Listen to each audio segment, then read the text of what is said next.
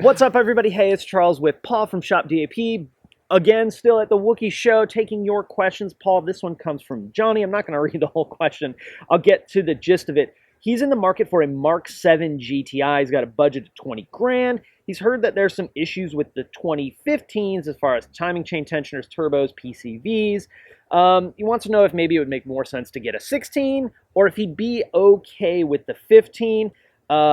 Actually, he says right down here at the bottom that I'm going to read for you. You and Paul at Ask DAP have really made me feel informed and comfortable with the purchase. So, Johnny, thanks Awesome. for that. Appreciate I had decided we were going to do this question before I made it down there. So, dude, thanks so much for the support. And Paul, I think I'm going to let you go ahead and steer the ship on this one. So he's going to definitely have some more insight as far as stuff he's seeing at the dealer level. For me, I think the Mark 7 as a general rule is an extremely quality, reliable, solid car. So to touch on a couple things, the PCV. PCVs, I don't believe they're super failure prone, but there has been a part number revision for them very recently. So there is an updated PCV valve. So if you're having issues around that, yes, that could be a possibility. The good news is PCV valves are pretty easy to replace, along with not being a crazy expensive part. So I have a DIY that I shot on a catch can on a Mark 7, which you can check out, which would show you how to actually remove the PCV valve. So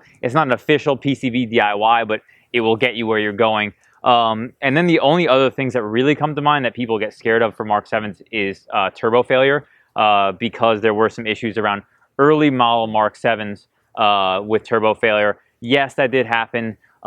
It was, I wouldn't say super common, but common enough that people saw it.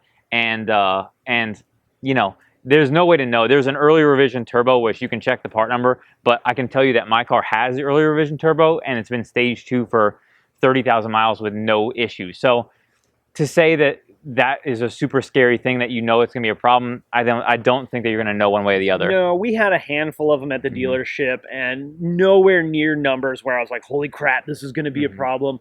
By and large, that car has been pretty good. Now, if this 15 is a very early production 15 with the DSG, okay, now I might be a little less comfortable. We had a handful of DSGs fail. Mech units. Boxes. So we were putting boxes in them, gear disengagement issues. But remember, that was almost 3 years ago at this point. So I think that most of them that were going to fail have already failed and are already taken care of. You mentioned the timing chain and tensioner. Those aren't really an issue like they were on the CCTA, CBFA. I have heard of issues with chain stretch, but very, very rare. And that's really more on the Audi side with that very same to similar engine. In S3s? In the A platform cars. I see. Or the, A4 platform cars. B. So understand on the Audi side, though, it is a different engine. It's, for some reason, the longitudinal engines fail differently than the transverse engines.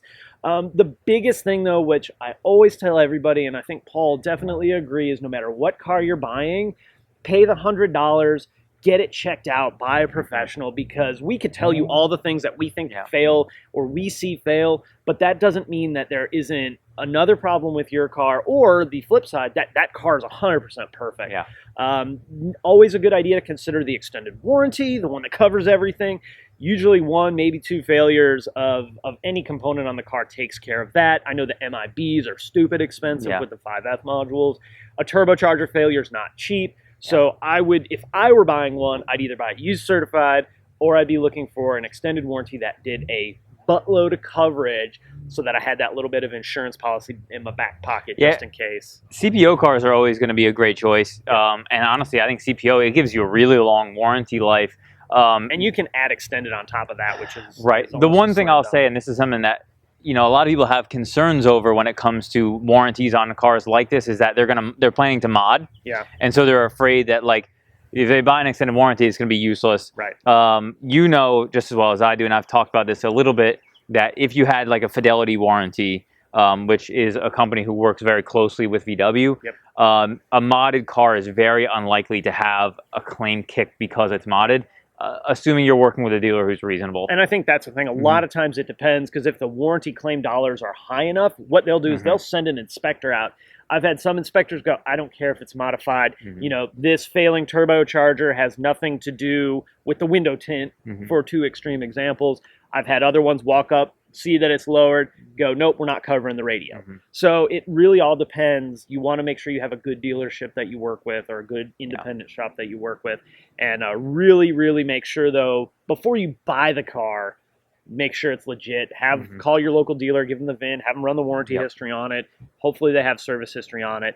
But a lot of those really big, scary problems on the 13, 12 GTIs are not issues on the 15s. And the problems that were happening were so low percentage and way early production that I'm not too terribly worried about it.